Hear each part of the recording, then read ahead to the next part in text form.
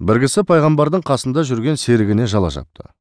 Оның мініп жүрген түйесін даулап, бұл адам менің түйемді ұрлап алды, астындағы нармая менікі, сенбесеңіз куәләрімде бар деп алдын ала дайындап алған екі досын көрсетеді.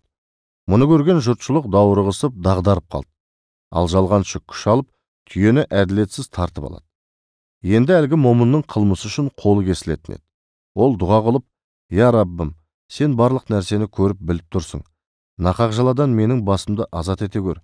Әр түнде оқыған салауат шәріптің құрметіне мына бәледен мені құтқар. Тек өзіңнен жәрдем тілеймін» деп шын жүрекпен Құдайға жалбарынады.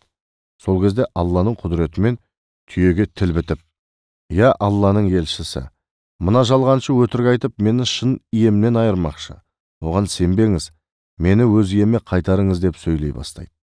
Жиылған кісілердің барлығы тілмен жақтан айырылғандай күй кешеді. Ақыры әділдік орнап түйе қайтарылады. Пайғамбар оған келіп, «Бәрекелді, Құдай сенің тілегіңді берді.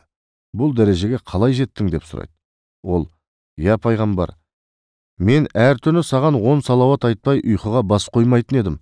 Басым бәлеге шатылғанда да айтқан салауатымның құрметіне Алладан жәрдем тіледім. Мейірімді Алла менің жүзімді қара шығармай, дұғамды қабыл етті» деп ағынан жарылады. Сол кезде Мұхаммед пайғамбар, «Сен неткен бақытты үмбетсің. Салауатты үздіксіз айтып жүре бер. Алла сені дүниеде мына апаттан сақтап еді, енді ақыретте де тамұқтан құтқарады» деп өсиет етеді.